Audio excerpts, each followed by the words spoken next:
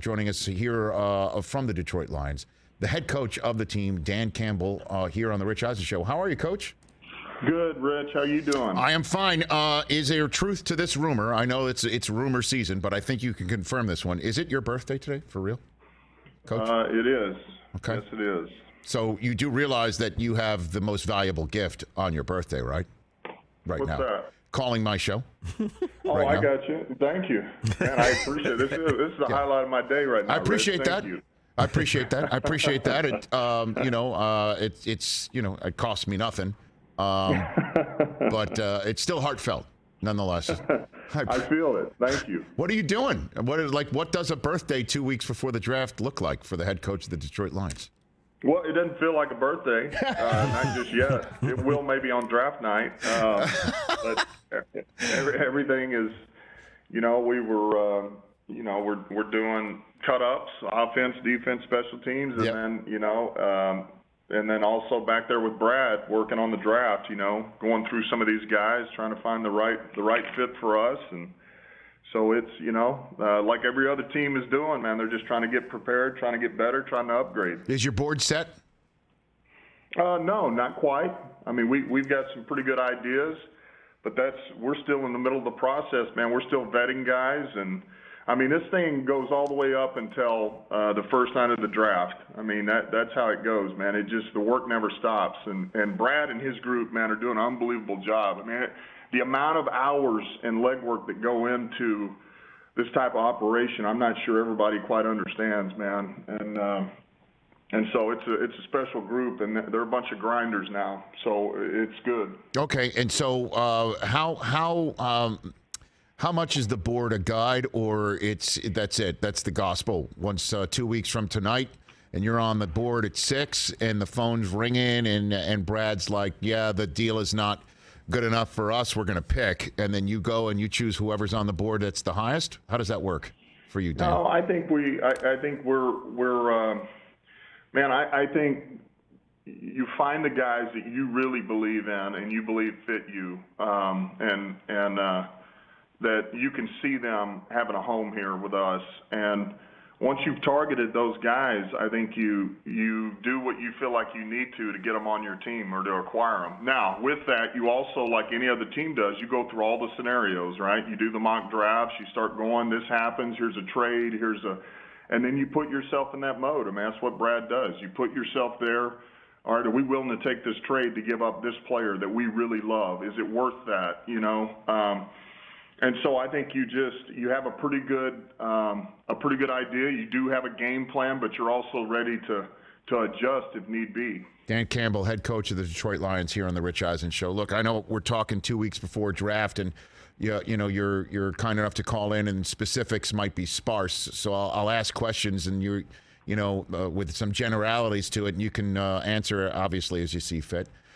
First, I love specific generality. Specific. By the way, that was the name of my house band in high school. Was it really? No, I'm just kidding. So let's just throw it out here. When you and I last spoke on NFL Network live television in the booth at the Combine, you said when you saw Aiden Hutchinson, you had a man crush on him. Obviously, you drafted him. Do you have a man crush on anybody in this year's draft? Have you developed one? You have. Oh yeah. Oh yes. Okay. Yes, I do. All right. I've got more than one. Oh. Okay. Let's talk in specific generalities then in this front. Like what is, because I know what Aiden is like and who he is. Can you put any sort of meat on the bones as to what a Dan Campbell man crush would mean or do? Look, I don't think it would surprise anybody, and I think any coach would love these players, right? It's just, look, there's plenty of them out there. You just got to find the guys that you feel like fit you. But, I mean, it's no secret. Guys you feel like by the way they play, they love the game. It means something to them. They're snap to whistle. They endear themselves to their teammates. And they're productive, and they play on offense, they play on defense, they play on special teams. Does that help you out? That's the generality. No, I get it. No, it can be anybody. I understand that. So when you have it at Hello on a film session, or you have it as soon as they leave the room after you've met them. No, I think it's all encompassing. But I would say this: it always starts with the tape, always. And because if it's not on the tape, it's hard to talk yourself into or to talk me or Brad into saying that you're a player or that you believe in these things when it's not on the tape. So it's always the tape, and then you want to know if it's validated by the way that they present themselves or the way they talk or football, just all encompassing, I would say. But it's hard to hide what you are on the tape. And then when it comes to visits and who visits, obviously we in the media read so much into it. But the fact that Hendon Hooker was with you guys this very week, obviously when a quarterback is involved, it gives people pause. And I know it's a sensitive subject matter. Obviously, when there's somebody that you currently have who was so terrific last year and who you believe in, what's your concept on a quarterback going either 6th or 18th overall if they drop? What's your ideas on that, Dan Campbell? Yeah, look, I'm going to give you a specific generality. Thank you. I would say this, man, and I've said it before, I'll say it again. I love golf. We love golf, and he is our quarterback. Nothing's going to change that. But we're always looking to upgrade the roster at any position. And so if the right guy presents himself, at one of our picks and we feel like it's the right thing to do, we'll do it. So we're keeping all our options open. And obviously you have the 6th overall pick because of a quarterback trade that you did make for Goff, and you're sitting there at 6. What's your sense of trading out of that, knowing that you don't really ever want to draft 6th anymore, or you want to use that because you don't intend to be as high anymore? What's your philosophy on that, Dan Campbell? Yeah, no, I think there again, it's just like I said before, we are in the process of, we are still vetting guys. We're still, we want to verify the mental on a number of guys, just football intelligence, things of that nature. And so once we get it down to where we want it, then we'll really start deep diving those conversations.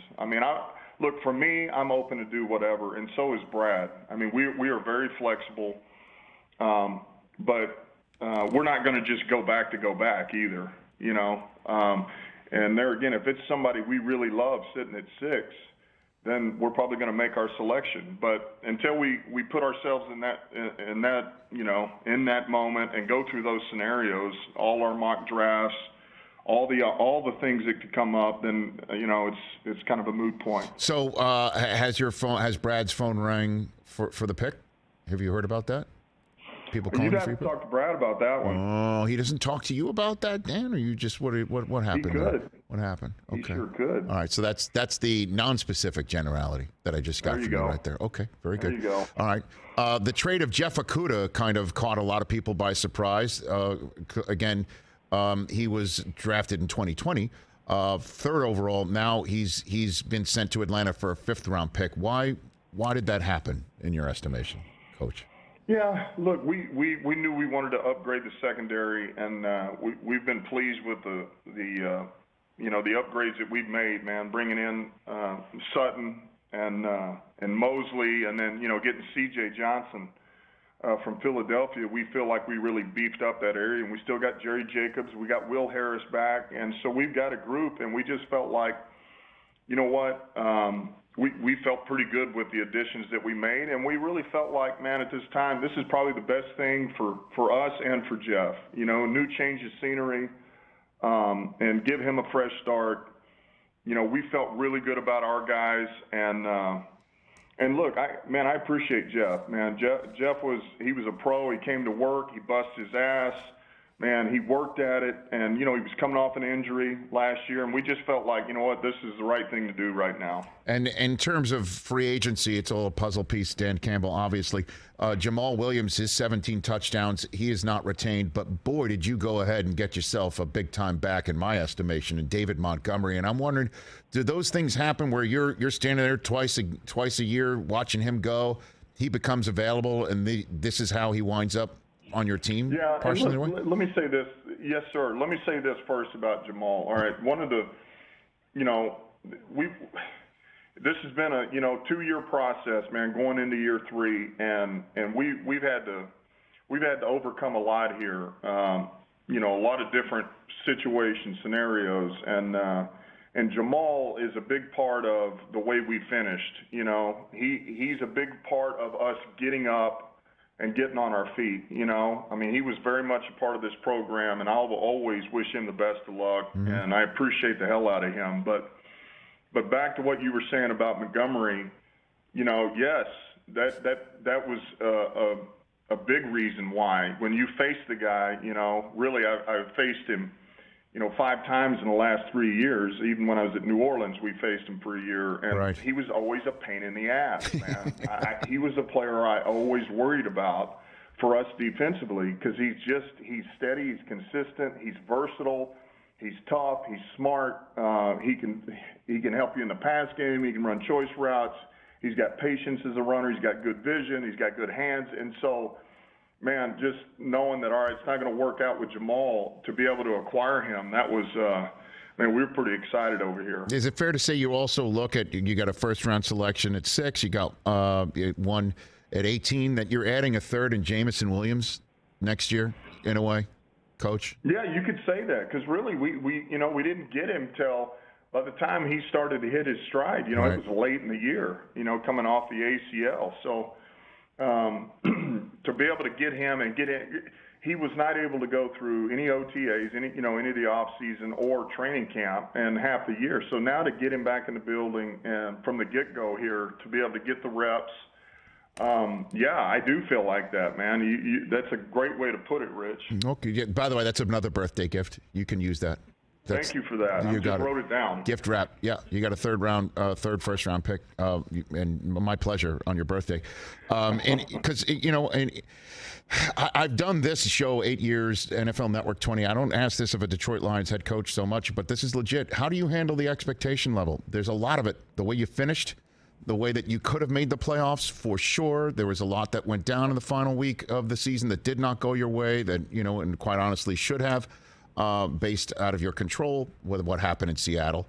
But put it all together, how do you handle the expectation level that the Lions are loaded for, if you will, bear in this division? Yeah, look, I think we embrace it. And I think we take this challenge head on, because I think we're in position now to where we have the ability to swing with the big boys in this league, if we want to. Now, it can't be lip service. We got to go back to work. You got to start everything over and get back to where we were those last 10 games, and then beyond that. So we got to get back to that rhythm, our work ethic, our details, our urgency, and then we got to raise it another level from there. And I feel confident that we can do that, but we can't just say it, man. We got to do it. But I think that's another reason why we acquire the players that we do, man. They're cut the right way, and they believe the right things. So, and it's a group that the core of this group has had to overcome a lot in the last 2 years, man. They know what it's like to be in the dumpster fire and to get out of it. So I think that'll serve us well. Coach, I appreciate the time. So last couple for you on your birthday. Does anybody dare give you a birthday punch? Anybody? Not yet, but I mean the day's not over yet, so we'll see. No, just in theory, would anybody dare do that? Do you think? Well, if they did, I don't think it would be a hard one. It'd be more of a little love tap on the shoulder, maybe something like that. I guess if somebody just laid me one right in the jaw, I guess it's possible. But you never know. Got it. All right, and I will dare to ask this question: is there anybody in your life that has the ability to give you a birthday cake made out of a kneecap so you could take a bite out of it? Is that possible, Coach? That would do that? I would take that from anybody. I'm good like that. I'm a good sport. Okay. Like here's a birthday cake, put a candle right in the middle of the kneecap, you take a bite out of it. I think that should happen. Don't you think?